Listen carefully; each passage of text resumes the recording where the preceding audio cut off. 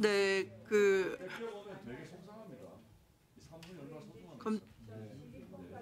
대검 차장님, 이거 지금 자료 요구를 했는데 보니까 대검에서는 12월 3일 날 비상 소집을 했네요. 12월 4일 새벽이네요.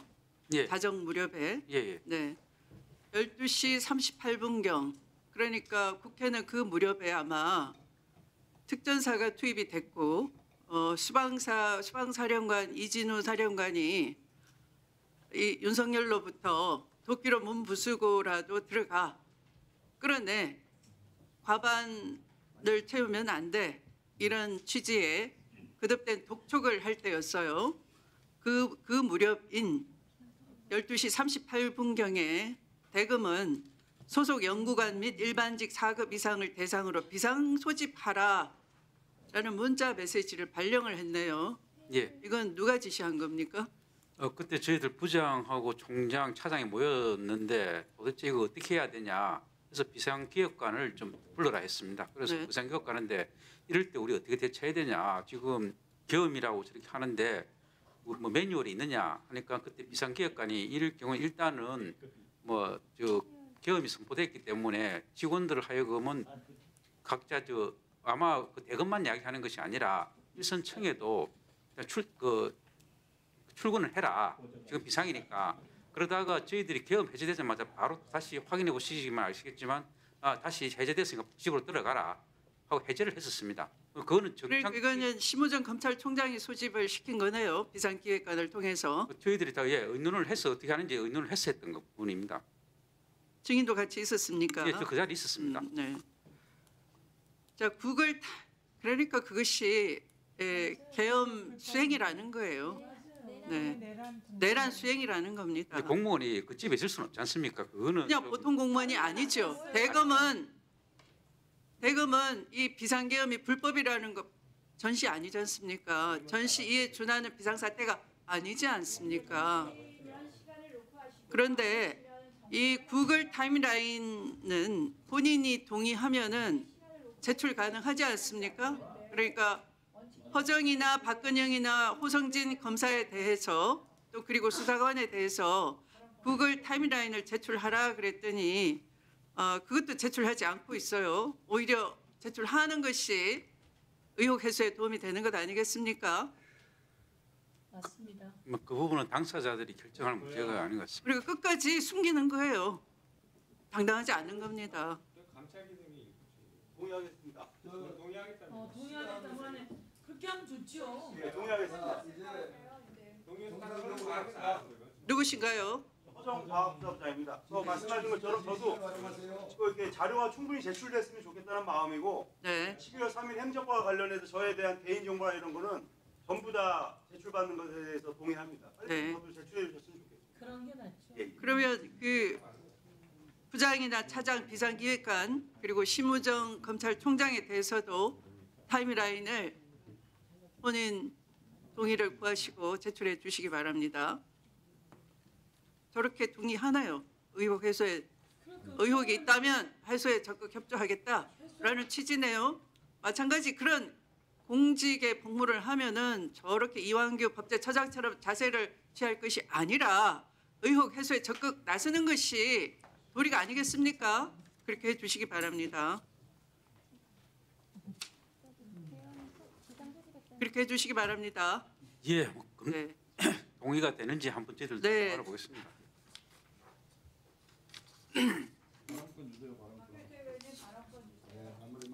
곽규택 의원에 대해서는 이 장경태 의원 질의 시에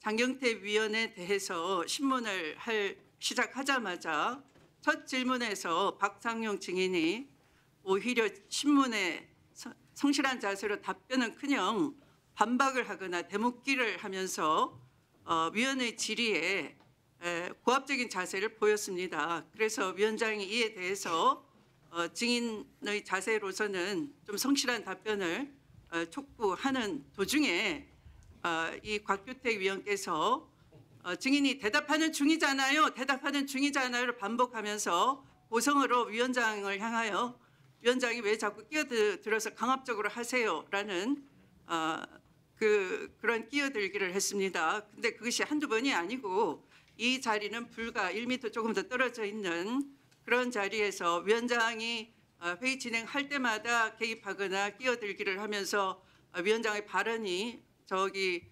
피감기관석에 들리지 않도록 진행 방해를 거듭했기 때문에 제가 여러 차례 경고한 바가 있습니다. 그래서 발언 제한과 퇴장 조치를 이미 한 바 있습니다. 불응하신 곽국택 위원께 심히 유감을 표합니다. 이상으로 재보충 질의를 모두 마치도록 하겠습니다. 위원장님이 언제 저한테 경고를 했습니까? 위원장이 아니 위원회 발언에 위원장이 절차를 밟아서 위원회 조치를 했습니다. 어떻게 동료위원회 감사권을 이렇게 그냥 하루아침에 무슨 뭐저내 뚝딱자라고 그럴 수가 어디 있습니까? 여러분 위원장은 너무 무례해요. 나도 위원장을 해봤지만 이렇게 무례한 적이 없어요. 아니 너무 무례해요. 적당히 하세요. 적당히. 뭐라고? 아니 10분씩 말씀하셔야 적당히 하세요. 본인도 그렇게 하셨잖아요. 그렇게 하셨잖아요. 합니다. 위원장이 꼭 이거 다시 야 말하는 내용이 아주 유정의 위를 부를 수 있게 말을 주세요. 네. 자,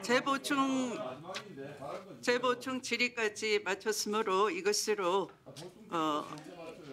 오늘 회의는 마치도록 하겠습니다.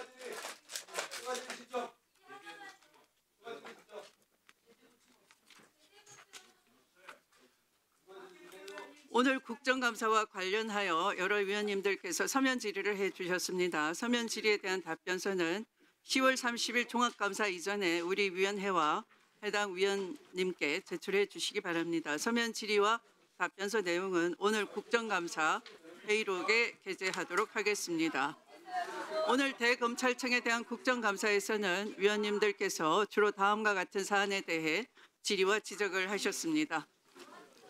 대검찰청 문서 감정 업무와 관련해서 20대 대선 당시 감정 의견 도출 지연과 22년 12월 문서 감정 예규 개정에 대한 급작스러운 개정 경위에 대한 질의를 했습니다. 문서 감정 예규에 따른 합의 결정 방식은 감정 의견의 객관성, 중립성을 저해할 우려가 있다는 지적을 했습니다. 세관 마약 수사 외압 의혹 사건 관련해서는 세관 마약 수사 외압 의혹 수사팀 구성 경위와 수사 상황 관련 질의 및 신속한 수사 종결 필요성을 지적했습니다. 대통령의 지시에 따른 수사단 파견이 적절한지에 대한 질의도 있었습니다. 검찰 인사 조직 및 수사 기소 분리 관련해서는 수사 기소 분리 이후 검찰 보안 수사권의 인정 필요성에 대한 질의가 있었습니다. 대검 과학수사부의 중립성 확보 방안 마련 필요성에 대한 지적도 있었습니다. 검찰 인력 부족으로 장기 미제 사건이 증가 추세인 점을 감안해 파견 복귀 계획의 단계적 수립 및 검찰 사기 정진 방안 마련의 필요성에 대한 지적도 있었습니다.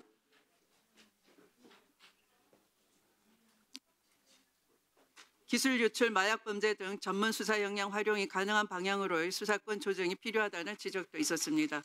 주요 수사 사건 관련해서는 캄보디아 한인 송환의 적절성 및 보이스피싱 범죄 대응을 위해 국내 명의 통장대여 차단에 수사 역량을 집중할 필요가 있다는 지적이 있었습니다. 조직적 대규모 사기 범죄에 대한 수사 전문성 강화 및 수사권 분리에 따른 피해자 보호 필요성에 대한 지적도 있었습니다. 그 밖의 사안으로는 성범죄 피해자 보호를 위해 성비 전력이 있는 검사를 관련 사건에서 배제하는 제도적 장치 마련의 필요성에 대한 지적이 있었습니다. 특검의 미공개 주식 정보 거래 및 강압수사 의혹 확인 필요성에 대한 지적도 있었습니다. 수원지검 검사의 허위 진술 회유 의혹 관련한 질의도 있었습니다. 관봉권 띠지 분실 관련 대검 감찰 결과가 적절한지에 대한 지적 등도 있었습니다. 검찰총장 직무대행님을 비롯한 관계 공무원 여러분들께서는 위원님들의 지적과 조언을 기관 운영에 적극 반영해 주시기를 당부드립니다. 그러면 이상으로 오늘 대검찰청에 대한 국정감사는 모두 마치겠습니다. 우리 위원회의 다음 국정감사는 10월 30일 오전 10시에 국회에서 종합감사를 실시토록 하겠습니다. 위원님 여러분 수고 많으셨습니다. 오늘 감사에 임해주신 노만석 검찰총장 직무대행을 비롯한 관계 공무원 여러분께서도 수고 많으셨습니다. 보좌진과 수석 전문위원을 비롯한 위원회의 직원, 경위 속기사 및 특히 속기사님 여러분께 큰 위로와 수고하셨다는 말씀을 드리겠습니다. 귀가 얼마나 아프셨겠습니까? 언론인 여러분도 수고 많으셨습니다. 이상으로 감사 종료를 선포합니다.